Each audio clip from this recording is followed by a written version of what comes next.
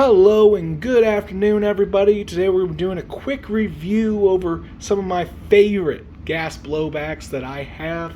These are gas blowback rifles by Tokyo Marui, powered by the ZET system. ZET meaning it's the final solution to dealing with irregularities with gas blowback rifles. But yeah, let's dive on in. First, we're going to be looking at the OG, the M4A1 carbine. Let's look at the box. Z system, made in Japan, high quality for the customers. Number 05, Cerakote firearm coating, and always made in Japan. You open the box up to be greeted with a very nice presentation, always by Tokyo Marui, no complaints there. There's Velcro holding it in there, and there on the foregrip. It of course comes with the M4 flash hider, birdcage flash hider. I did take off the orange tip. They did screw it in. This is from Evike, so that kind of sucks, but I might just put some black paint into it. Come down the side of the rifle, you're greeted with your front triangular sight, and then you have a very sturdy polymer foregrip. On the receiver of the M4A1, you're going to be greeted with a Tokyo Marui made in Japan. Some more little markings. Carry handle sight, traditional. AR-15 style pistol grip. And the LE stock with the sling point. Also comes with your 35 round magazine that uses propane or green gas. An accessory box which has your orange tip, your front sight adjuster, and some BBs. Flipping the gun over, you get a little more features. You get the property of the U.S. government M4A1 carbine, cal 5.56mm with a serial number. Colt Defense, Hartford, Connecticut, USA. Selector switch. Very positive. Adjustable rear sights. Front sling point. Rear sling point. A 5-point. 1, 2, 3, 4, 5-point LE adjustable stock. Now I just absolutely love the carbine version of the AR-15 or M4A1. To me, it's just a nice solid platform. It's sturdy. There's no, nicks or crannies that you don't know. It's pretty base and simple. But there's also a part of me that wants to do stuff like this. This is the CQB-R Block 1 real gas blowback, the exact same gun as this gun. Same operating system, but a little different externals. We got the mag pull, Boy Idaho suppressor, mag pull Riz rail protectors, and also the Tokyo Marui vertical foregrip, the Penty 1x red dot or green dot, Magpul flip up rear sights, Magpul PTS pistol grip, and the Tokyo Marui crane stock. Well, what's also nice about this is it has a frickin' sling mount for close quarters. You can just put a 1-point sling up yonder. Also got 1, 2, 3, 4, 5, 6, 7, 8, 9 mags. That's always fun. Running the Condor Rapid Assault chest rig. Holds 6 magazines. Put a dump patch on there, a little utility pouch.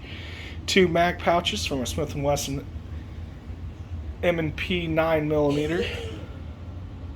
Let's do some chrono tests, because I have a feeling the M4 carbine is going to shoot a little harder than the CQB-R because of its shorter barrel. Because of its longer barrel, it's going to shoot harder. So let's check it out. We're now going to transfer over to the range. Pretty extensive range, I must admit. So let's check it out. Okay, we're here at the Mega. Very nice, very fresh, very face shooting range. We're here at about, hell, I would say 30 yards. Let's check it out. We're using good old Coleman propane today. Nothing too special about it. We're going to be running the same mag, actually different mags, but they're both going to be the same temperature, so hopefully we get a consistent shooting test. We are using the Tokyo Marui 470 round speed loader. This is a recommendation because it has this tip which goes on these gas blowback mags. Very nice. We're also going to be using 0.23 gram BBs for the FPS test, and let's get to it. I'm very thankful for my helper, Rachel Rose over here. Let's check it out. The first one, 314. The second, 314, 1.58 joules, 1.058. Next one, 315. Next one, 312.8. Next, 314.3. Pretty consistent. Let's switch to the CQB-R shorter barrel. Next one, the CQB-R, 272. Nothing. 319. Let's see if someone's up with me. 318. 316. 315. 318. I am pleasantly surprised. They are both shooting at the same FPS basically. The CQB-R actually has like 0.1, 0.2 FPS more.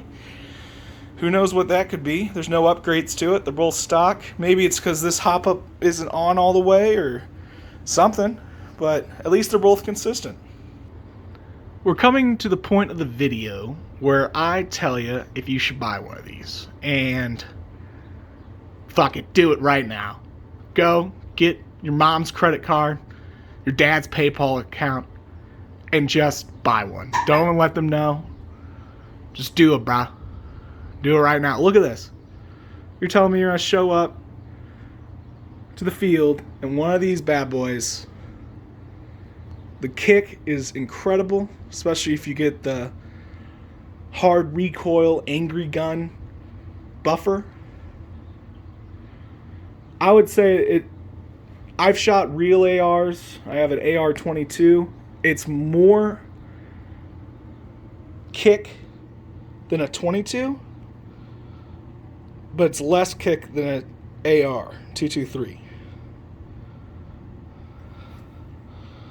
I would still recommend both. I don't know which one's my favorite. I like them equally. But yeah, guys, thank you so much for tuning in. If you can hit that like and subscribe button, there should be more videos on the way about these gas blowbacks. And if you have any comments, questions, and concerns, put it down at the space below. Thanks so much. Have a good one. Always shoot often, shoot safe.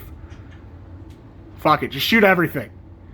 Okay, so we're going to be checking out the recoil. This has the Angry Gun hard kick buffer in it. It weighs about 240 grams. We're going to check out the recoil.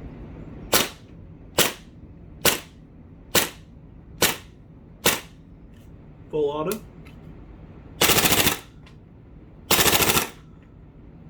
That's a great one. Now, next. The regular buffer. Let's see how this one does. Still snappy, still a great recoil. Full auto. You can tell it's actually faster.